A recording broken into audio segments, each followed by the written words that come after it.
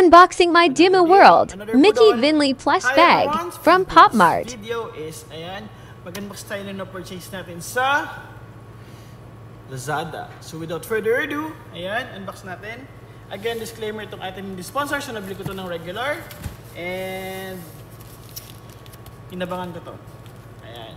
Pero hindi naman siya ito yung top of the line or anong tawag dito? Marami nag-purchase sa kanya, hindi siya ganun ka in demand. But akala ko that time is magiging boom to. Ayan. And I was thinking din before na dadalhin ko to sa Cebu, pero gawa nung hindi siya nakaabot sa travel ko. Kaya ayun, hindi ko na purchase ito. For this item is very excited talaga ako sa item na to. Ayan, so nabili natin ito sa Lazada from PopMart. Ayan, ito yung bagong collaboration nila. So, unbox natin.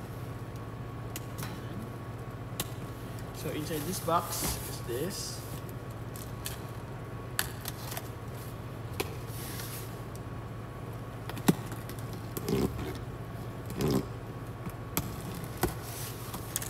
Hindi ko alam kung maganda yung unboxing ko nito but bahala na.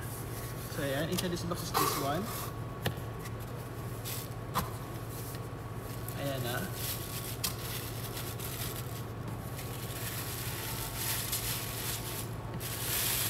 Baliktad.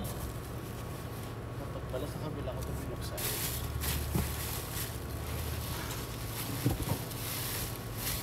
Ayan.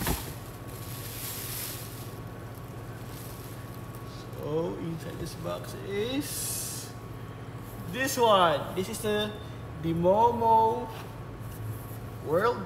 Ayan. It's Demo World. Ito yung Mickey Mouse nila. Ayan. Super nice.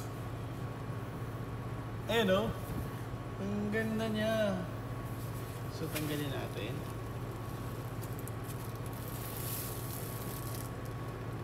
Ayan o. Ayan siya mismo, guys.